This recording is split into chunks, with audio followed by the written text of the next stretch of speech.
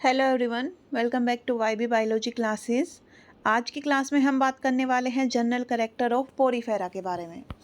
तो सबसे पहले हम इंट्रोडक्शन से स्टार्ट करेंगे। इंट्रोडक्शन ऑफ पोरीफेरा, इसके अंदर जो टर्म थी पोरीफेरा वो सबसे पहले कॉइन किसने की थी? रॉबर्ट ग्रेंट ने। रॉबर्ट ग्रेंट नाम के एक साइंटिस्ट थे, उन्होंने सबसे पहले ये जो टर्म है पोरीफेरा वो दी थी। टर्म पोरीफेरा का क्या मीन है? ये ग्रीक वर्ड से अराइज हुआ है वर्ड, जो दो वर्ड से मिलके बना है, पोरी एंड फेरिन। पोरी मीनी पोर्स, फेरिन मीनी बियरिंग, मीन की pore bearing organism. These are pore bearing animal commonly called sponge, और इन्हें हम क्या बोल सकते हैं? स्पंज भी बोल सकते हैं। तो जो पोरीफेरा टर्म है रॉबर्ट ग्रेंट ने इंट्रोड्यूस की थी। इस टर्म का मतलब होता है कि पोर बियरिंग एनिमल्स, और इसलिए हम इन्हें क्या बोलते हैं? Sponge. Lowest metazoan placed in sub kingdom Parazoa, ये सबसे लोवेस्ट मेटाजोन है जिन्हें एक सब किंगडम पैराजोआ में रखा गया है, इसलिए इनकी स्टडी को हम क्या बोलते हैं? पैराजूलॉजी। मेजॉरिटी ऑफ स्पंज हैं वो मैराइन हैबिटेट में रहेंगे, सिवाय कुछ मेंबर को छोड़कर। 150 स्पीसीज़ की एक फैमिली है जिसके अंदर स्पॉन्जिला आता है, उसे छोड़ के बाकी सारे जो स्पंज है वो मैराइन हैबिटेट में है। ये कुछ 150 स्पीसीज़ के स्पंज फ्रेश वाटर स्पंज है। अगर इनके ओरिजिन की हम बात करें, इवोल्यूशनरी टाइम पीरियड या टाइम स्केल की हम बात करें कि इनका ओरिजिन कब हुआ था, तो इनका ओरिजिन माना जाता है प्री कैम्ब्रियन पीरियड का। करंटली अगर हम बात करें तो नियर अबाउट इनकी 10,000 स्पीसीज़ एग्जिस्ट करती हैं, और इनके जो टोटल जीनस हैं वो हैं 1400 जेनेरा अभी तक इनके नोन हैं वर्ल्ड वाइड। फिर हम बात करते हैं जनरल कैरेक्टर्स की। जनरल कैरेक्टर हमें 15 जनरल कैरेक्टर पढ़ने हैं। Body form, organization, size, symmetry, body wall, pore, habitat, organelles of locomotion, canal system, endoskeleton, nutrition, respiration and excretion, circulation, sense organ and nervous system, reproduction and development. इन 15 character के बारे में हम एक एक करके बात करने वाले हैं। तो सबसे पहले हम स्टार्ट करते हैं विद बॉडी फॉर्म। तो जो बॉडी फॉर्म है वो इनके अंदर काफ़ी वैरायटी ऑफ बॉडी फॉर्म मिलती हैं, अलग अलग तरीके की बॉडी फॉर्म मिलती हैं। कौन कौन सी बॉडी फॉर्म यहाँ पर हम देख सकते हैं? वास like, cylindrical, spherical, irregular mass of branches. जैसे आप एक काम करना, आप इनकी पिक्चर देखना, तब आपको इनके बारे में ज़्यादा अच्छे से समझ में आएगा। गूगल पे जाके एक बार जब आप इनकी पिक्चर देखेंगे तो इनके बारे में ज़्यादा अच्छे से समझ में आएगा। जो ल्यूकोसोलेनिया है, स्काइफा है, उनकी जो बॉडी शेप होती है वो वास लाइक इस तरीके से, जैसा हमारा जो गमला होता है उस तरीके से ऐसी इनकी बॉडी शेप मिलेगी। देन सिलेंड्रिकल वाले इस तरीके से इनकी बॉडी शेप मिलती है यूप्लेक्टिला की। एंड यूस्पॉन्जिया की स्फेरिकल टाइप की मिलेगी। स्पॉन्जिला कैसे की? इस तरीके से ऐसे बहुत सारी यूँ ब्रांच निकला हुआ सा इस तरीके का ऐसा स्ट्रक्चर मिलता है स्पॉन्जिला का। देन हम बात करें ऑर्गेनाइजेशन की, तो ऑर्गेनाइजेशन में इनका सेलुलर लेवल ऑफ ऑर्गेनाइजेशन है। बहुत सारी सेल्स आपस में लूज कनेक्शन में रहेंगी, सेलुलर लेवल का ऑर्गेनाइजेशन है। और सेल एग्रीगेट प्लान है, मतलब वो सेल आपस में मिलकर टिश्यू नहीं बनाती, लेकिन वो बस आपस में एक दूसरे से जुड़ी हुई हैं, कनेक्शन में है। साइज़ की अगर हम बात करें तो इनका साइज़ वेरी करता है फ्रॉम 1 सेंटीमीटर टू 1 मीटर, कि छोटे से छोटा ये 1 सेंटीमीटर का हो सकता है और बड़े से बड़ा ये 1 मीटर का हो सकता है। तो इनका साइज़ भी काफ़ी वेरी करता है। देन हम बात करें सिमेट्री की, तो मोस्टली ये रेडियली सिमेट्रिकल मिलेंगे, और कुछ ऐसे होते हैं लाइक स्पॉन्जिला जो एसिमेट्रिकल है। स्पॉन्जिला का आप डायग्राम देखेंगे तो आपको समझ में आ जाएगा कि क्यों ये एसिमेट्रिकल है। बॉडी वॉल की अगर हम बात करें तो जो इनकी बॉडी वॉल है वो डिप्लोब्लास्टिक एनिमल है। ये इनकी जो बॉडी वॉल है वो 2 जर्म लेयर से मिलके बनी हुई है, ectoderm and endoderm. Body wall outer जो बॉडी वॉल है उसे हम बोलते हैं पिनेकोडर्म, क्योंकि वो फ्लैट पिनेकोसाइट से बनी हुई है। और जो अंदर की साइड की जो लेयर है क्वेनोडर्म, वो क्वेनोसाइट की बनी हुई है, इसलिए हमने उससे क्या बोला? क्वेनोडर्म बोला। जैसे जो बॉडी है स्पंज की, वो अगर हम इस तरीके से देखें, ऐसे ये स्पंज की बॉडी है, तो ये है इसका ये सबस्ट्रेटम से किसी से ये अटैच मिलते हैं ससाइल है, ये मोटाइल नहीं है। और इनकी बॉडी के ऊपर ऐसे छोटे छोटे से पोर्स मिलते हैं बहुत सारे, जिन्हें हम बोलते हैं ओस्टिया, और एक ऐसा बड़ा सा मिलेगा ओस्क्यूलम। जो आउटर बॉडी वॉल है, ये जो आउटर बॉडी वॉल है इसको हम बोलते हैं पिनेकोडम, और जो ये अंदर साइड की ये वाली जो बॉडी वॉल है इसको हम बोलते हैं गैस्ट्रल लेयर या फिर क्वेनोडम। बाहर वाली जो लेयर है वो पिनेकोडम की बनी हुई है, पिनेकोसाइट्स की बनी हुई है, और अंदर वाली लेयर है वो क्वेनोसाइट्स की बनी है। जो क्वेनोसाइट्स हैं उनके ऊपर फ्लैजिला प्रेजेंट होते हैं। तो इस तरीके से अंदर की ओर यूँ फ्लैजिला प्रेजेंट होंगे। और जो ये कैविटी होती है, इस कैविटी को हम नाम देते हैं स्पॉन्जियोसील कैविटी। ये जो अंदर कैविटी है ये स्पॉन्जियोसील कैविटी है। देन जो इक्वेनोसाइट्स हैं ये करेक्टरिस्टिक फीचर है इन स्पंज का। स्पंज के अलावा क्वेनोसाइट्स और कहीं भी नहीं मिलती। तो जहाँ भी क्वेनोसाइट लिखा मिले किसी भी कॉम्पिटेटिव एग्ज़ाम में, तो आप उसे किसके लिए यूज़ करोगे? स्पंज के लिए यूज़ करोगे। तो जो क्वेनोसाइट्स हैं वो सिर्फ और सिर्फ स्पंज में ही मिलती हैं, present only in poriferans. It's flagella beat constantly but uncoordinatively to maintain a water current.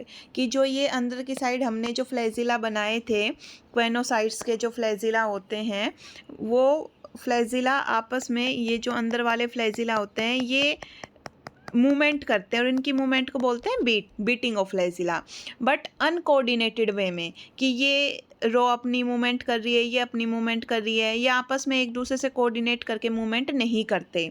और ये कहाँ रहते हैं? एक्वेटिक कंडीशन में। तो जो ये बाहर वाटर है इसके अंदर एक वाटर करंट जनरेट करने का काम करते हैं ये इनकी वजह से, जो ये फ्लैजिला है इनकी मूवमेंट की वजह से बाहर वाटर करंट जनरेट होगा, और वो वाटर करंट अंदर पोर्स के थ्रू अंदर आएगा बॉडी के। Between two germ layer there is a gelatinous and non cellular mass of mesoglea. कि जो दो जर्म लेयर हैं इनके बीच में मीजोग्लिया प्रेजेंट होती है। मीजोग्लिया कैसी है? ये कोई सेल की लेयर नहीं है, नॉन सेलुलर है, जेल लाइक सब्सटेंस है, जो कि बाहर और अंदर वाली बॉडी वॉल के बीच में यहाँ पे जेल लाइक सब्सटेंस भरा हुआ है, उसको हम क्या बोलते हैं? मीजोग्लिया बोलते हैं। जो मीजनकाइम है, मीजोग्लिया के अंदर जो मीजनकाइम है, उस मीजनकाइम में बहुत सारे अमीबोसाइट सेल प्रेजेंट होती हैं अलग अलग तरीके की। जैसे कि क्रोमोसाइट है जिसे हम क्या बोलते हैं? Pigment cell. Chroma meaning colour, tropho meaning nutritive cell, थीजो जो कि फूड को रिजर्व करके रखें, कोलेनोसाइट जो कि कोलेजन फाइबर को सीक्रेट करें, मायोसाइट जो कि कॉन्ट्रेक्टाइल नेचर हो, फेगोसाइट्स जो कि एक्सक्रीटा को एनगल्फ करे और डैमेज सेल को एनगल्फ करके बॉडी से बाहर रिलीज आउट करे, स्केलोसाइट स्पिक्यूल फॉर्मिंग सेल है, स्पिक्यूल की फॉर्मेशन करती हैं, आर्कियोसाइट्स जो कि टोटीपोटेंट सेल है, जो कि कैपेसिटी रखती हैं आगे फर्दर कुछ भी सेल बनाने की, अनडिफ्रेंशिएटेड सेल। जो टोटीपोटेंट सेल होती हैं ये आर्कियोसाइट, इनको हम अनडिफ्रेंशिएटेड सेल बोलते हैं। मतलब ये किसी भी तरह की सेल में खुद को कन्वर्ट कर सकती हैं according to need of body. Body pore की बात करें तो जो अभी मैंने बताया कि ये कैसे हैं, ये पोर बियरिंग ऑर्गेनिज्म है। इनकी बॉडी है वो पोरस है, पोर प्रेजेंट होते हैं, दो तरीके के छेद प्रेजेंट होते हैं, होल पोर प्रेजेंट होते हैं, डर्मल ओस्टिया एंड ओस्क्यूलम। जो डर्मल ओस्टिया है वो नंबर में बहुत सारे मिलेंगे। इनहेलेंट पोर है, माउथ की तरह काम करते हैं। ओस्क्यूला है वो जनरली एक ब्रांच के ऊपर एक मिलता है। एक्सेलेंट पोर है, मतलब इससे पानी बाहर निकलेगा, और ये जो हायर एनिमल का एनस है उसकी तरह बिहेव करता है, उसके एनालोगस है। तो हमने यहाँ पर इस तरीके से ये बनाए थे बहुत सारे ओस्क्यूलम, ओस्टिया, बहुत सारे हमने बनाए थे, ओस्टिया बनाए थे, और जो ओस्क्यूलम है वो हमने ये वाला यहाँ पे ओस्क्यूलम बनाया था। तो इन स्पोर से वाटर अंदर आएगा स्पॉन्जियोसील के अंदर, और इसके थ्रू जो वाटर है वो बाहर रिलीज़ किया जाएगा। तो ये माउथ की तरह काम करते हैं, इनहेलेंट पोर की तरह काम करते हैं, और ये एक्सेलेंट पोर की तरह एनस की तरह काम करेगा। फिर हम बात करें हैबिटेट के बारे में। तो जो हैबिटेट है, मोस्ट ऑफ द जो स्पंज हैं वो मैराइन होंगे, सिवाय एक फैमिली को छोड़ के जिसके अंदर 150 स्पीसीज़ आती हैं। स्पॉन्जिला उसका एग्जाम्पल है। ये well known fresh water sponge है। ऑर्गेनलीज ऑफ लोकोमोशन की बात करें तो ये स्पंज है, ये सेडेंट्री है, मतलब एक जगह पे टिके रहेंगे, सबस्ट्रेटम से जुड़े हुए रहेंगे और इनके अंदर किसी भी तरीके की कोई भी लोकोमोशन नहीं देखा जाता, इनके अंदर कोई भी लोकोमोटिव स्ट्रक्चर प्रेजेंट नहीं होता क्योंकि ये सेडेंट्री है, ससाइल है, एक जगह पे जकड़े हुए हैं। कैनाल सिस्टम की अगर हम बात करें तो जितने भी स्पंज हैं उनके अंदर एक पर्टिकुलर तरीके का इंटरकनेक्टेड कैनाल सिस्टम मिलता है कि आपस में कैनाल इंटरकनेक्टेड मिलती हैं और उसको हम कैनाल सिस्टम का नाम देते हैं, जिसके अंदर वाटर मूव करेगा, इसलिए उसे हम एक्वीफेरस सिस्टम भी नाम देते हैं। एक्वा जो वर्ड है वो वाटर से रिलेटेड है। और जो सेंट्रल कैविटी है कैनाल सिस्टम की उसे स्पॉन्जियोसील नाम दिया जाता है। जैसे इसी डायग्राम में अगर हम बात करें तो इसी डायग्राम के अंदर जो जैसे इस तरीके से ये बाहर पिनेकोसाइट, ये ऐसे बाहर की साइड में ये पिनेकोडर्म है, अंदर की साइड में क्वेनोडर्म है और अंदर इस तरीके से ऐसे लेयर मिलती है, इंटरकनेक्टेड कैनाल्स की लेयर मिलती है, जिसे हम क्या नाम देते हैं, जिसे हम नाम देते हैं कैनाल सिस्टम। स्पंज के अंदर ये एक बेसिस है क्लासिफिकेशन का भी, 3 तरीके की कैनाल सिस्टम प्रेजेंट होती है, एस्केनोइड, साइकेनोइड और ल्यूकेनोइड टाइप की। एंडोस्केलेटन की हम बात करें तो एंडोस्केलेटन बेसिस बनाता है क्लासिफिकेशन का कैनाल सिस्टम की तरह ही। मोस्ट ऑफ स्पंज हैं उनके अंदर एंडोस्केलेटन प्रेजेंट होता है और वो स्पेशल अमीबोसाइट सीक्रेट करेंगी। ये या तो कैल्शियम कार्बोनेट का बना हुआ होगा या फिर सिलिका का बना हुआ होगा या फिर ये स्पॉन्जिन फाइबर का बना हुआ होगा और in the form of spicules present होते हैं। इस तरीके से ऐसे स्पिक्यूल्स प्रेजेंट होंगे, अलग अलग शेप के स्पिक्यूल्स प्रेजेंट होते हैं जो कि एंडोस्केलेटन की फॉर्मेशन करते हैं। न्यूट्रिशन की अगर हम बात करें तो जो न्यूट्रिशन है ये ओमनीवोरस है, सब कुछ खा लेते हैं, चाहे कुछ भी आ जाए, वेजिटेरियन नॉन वेजिटेरियन कुछ भी आ जाए ये सब कुछ खा लेंगे। होलोट्रोफिक है, सीलियरी और फिल्टर फीडर है, खाने को छान के लेते हैं, फिल्टर करके लेते हैं। सीलिया की हेल्प से वाटर की मूवमेंट होती है जिससे वाटर अंदर आएगा और अपने साथ में फूड पार्टिकल लेके आता है। ये प्लैंकटॉन्स के ऊपर फीड करते हैं। इंट्रासेलुलर डाइजेशन होता है इनके अंदर, मतलब कि सेल के अंदर डाइजेशन होगा। सेल है वो फूड को इंटेक करेगी, अंदर डाइजेस्ट करेगी। हमारी तरह एक्स्ट्रा सेलुलर डाइजेशन नहीं है, इंट्रासेलुलर है, सेल के अंदर डाइजेशन होता है। और एक न्यूट्रिटिव कम रेस्पिरेटरी वाटर करंट जनरेट होता है। अभी जो मैंने थोड़ी देर पहले बताया था कि जो कोलर सेल्स हैं उनके फ्लैजिला की बीटिंग मूवमेंट की वजह से, uncoordinated but constant beating movement की वजह से बाहर वाटर करंट जनरेट होगा। जो वाटर करंट है अंदर आएगा जिसके थ्रू वो वाटर अपने साथ CO2 O2 को भी लेके आएगा, तो ये रेस्पिरेशन में भी हेल्प करता है। अपने साथ में फूड पार्टिकल भी लेके आएगा, तो ये न्यूट्रिशन में भी हेल्प करता है। Reserve food is stored as, जो खाना बचा हुआ है रिजर्व फॉर्म में है उसे ग्लाइकोजन की फॉर्म में, फैट की फॉर्म में, लिपोप्रोटीन की फॉर्म में स्पेशल अमीबोसाइट के अंदर स्टोर किया जाता है और उन स्पेशल अमीबोसाइट को हम क्या बोलते हैं, थीजोसाइट्स नाम देते हैं। रेस्पिरेशन एंड एक्सक्रीशन की अगर हम बात करें तो जो रेस्पिरेशन एंड एक्सक्रीशन है वो होता है थ्रू जनरल बॉडी सरफेस के थ्रू रेस्पिरेशन एंड एक्सक्रीशन होगा। कैसे होता है थ्रू जनरल बॉडी सरफेस के, कि जैसे ये कोई सेल है और इसके चारों ओर वाटर है, ये सेल डायरेक्ट क्या करती है कि अपने अंदर जो अमोनिया है उस अमोनिया को बाहर रिलीज़ कर देगी और जो बाहर O2 CO2 है, अंदर की CO2 और बाहर से O2 वो एक्सचेंज सीधा एनवायरनमेंट से करेगी। तो डायरेक्ट और जनरल बॉडी सरफेस के थ्रू रेस्पिरेशन एंड एक्सक्रीशन होगा। एरियोबिक होते हैं, ऑक्सीजन का यूज़ करते हैं एंड अमोनोटेलिक है। सर्कुलेशन की अगर हम बात करें तो जो फूड है वो डिस्ट्रीब्यूटेड मिलेगा, डिस्ट्रीब्यूशन होगा फूड का। सर्कुलेशन, हम यहाँ फूड के सर्कुलेशन के रेस्पेक्ट में बात करते हैं क्योंकि यहाँ पर कोई सर्कुलेटरी सिस्टम या ब्लड ऐसा कुछ भी सिस्टम नहीं है, ये काफ़ी प्रिमिटिव टाइप के ऑर्गेनिज्म हैं।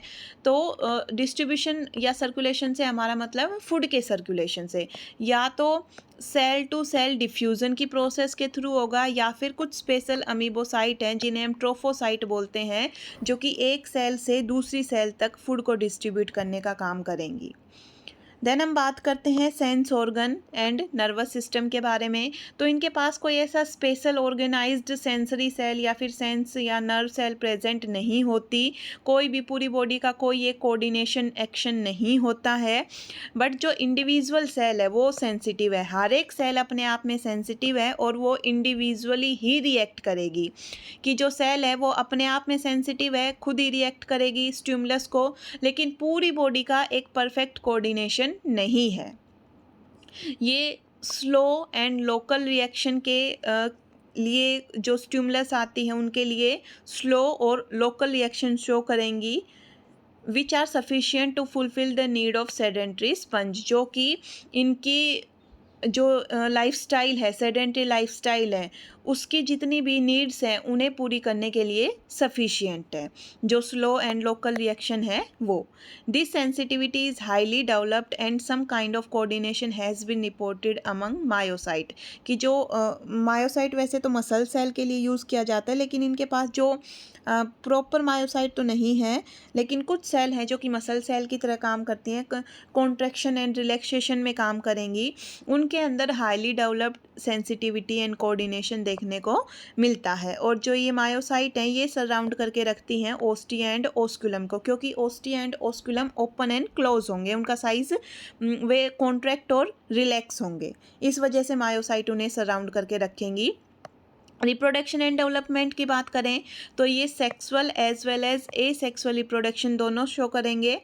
ए सेक्सुअल रिप्रोडक्शन थ्रू बर्डिंग होगा, एक्सटर्नल बर्डिंग हो सकती है, इंटरनल बर्डिंग हो सकती है। जैसे कि स्काइफा में एक्सटर्नल बर्डिंग होगी, इंटरनल स्पॉन्जिला में जो हम गैम्यूल्स की बात करते हैं। मोस्ट ऑफ स्पंज होते हैं वो कैसे होते हैं, बाइसेक्सुअल होते हैं, मोनोइसियस होते हैं, मतलब कि दोनों ही सेक्स एक ही ऑर्गेनिज्म के अंदर प्रेजेंट है, हर्मेफ्रोडाइट है, लेकिन कोई ऑर्गेनाइज्ड इनके अंदर गोनेड्स प्रेजेंट नहीं होते। कुछ स्पेशल आर्कियोसाइट हैं वो अपना फंक्शन गेन करेंगी, गोनोसाइट में कन्वर्ट होंगी और हैप्लॉइड गैमीट्स की फॉर्मेशन करेंगी। यहाँ पर जो फर्टिलाइजेशन है वो इंटरनल फर्टिलाइजेशन है, और क्रॉस मतलब कि एक स्पंज के गोनेड दूसरे स्पंज के गोनेड के साथ में फर्टिलाइज करेंगे। प्रोटोगाइनस कंडीशन है, मतलब कि जो फीमेल गैमीट्स हैं उनका मैच्योरेशन पहले होगा, protogyny first, gynous related to female. Indirect development होगा, मतलब कि लार्वा की फॉर्मेशन होगी। जहाँ पर लिखा हो डायरेक्ट डेवलपमेंट वहाँ लार्वा नहीं बनता, जहाँ भी ये वर्ड आ जाए इनडायरेक्ट मतलब कि लार्वा की फॉर्मेशन होगी। यहाँ पर दो तरीके के फ्री स्विमिंग लार्वा बनते हैं, parenchymula and amphiblastula. Parenchymula larva is solid larva, amphiblastula मतलब होलो लार्वा है। एम्फीमिनी बोथ कैसा, हाफ फ्लैजिलेटेड और हाफ नॉन फ्लैजिलेटेड। ये डिस्पर्जल में काम आता है कि ऑर्गेनिज्म का एक जगह से दूसरी जगह पहुंचने में, डिस्पर्ज होने में ये काम आएगा। तो ये सारा हमने जो पढ़ा है वो है general character of Porifera. I hope आपको समझ में आया होगा। Thank you for watching my channel.